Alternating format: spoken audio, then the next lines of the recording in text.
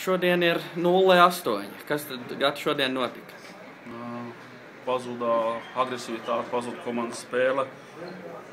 Garajā galā pienesumu nekādu. Varbūt Pāvils savāca 18 punktus, bet tie ir tādi neitrāli punkti.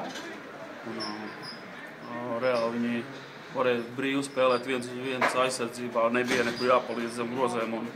Tā sagādāja diezgan liels problēmas. Tad sākās katrs savu pusi, komandas spēle nekāda. No to pašu izskatās. Jūs taču zinājāt, ka Delfīni ir praktiski ceturdaļas komanda, kur vienmēr ir ļoti labi spēlējusi pēdējo ceturdaļu.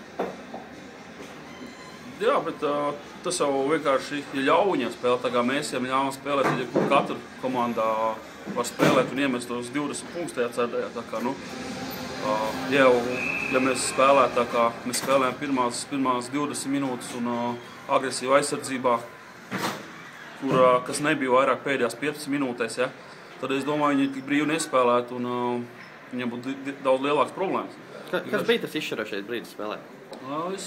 Uznācām, jau trešā ceļā uznācām tādu viegliprātīgu izmēju, jau dabūju jau pašā sākumā tērēt visu minūtes pārtraukums arī ceturtajā un vienkārši psiholoģiski. Tā nekas nesanāk, psiholoģiski sabrukām un beigās katrs jau pats pa sevi spēlē. Pēc 0-8 droši vien, ka būs baigi grūti dabūt atpakaļ, ja psiholoģiski. Vairāk kā grūti. Kādi plāni tam? Grūti man komentēt šo jautājumu. Jātiekās ar menedžeriem un jārunā tās lietas par detaļām, vai kaut kas tiks mainīts vai netiks.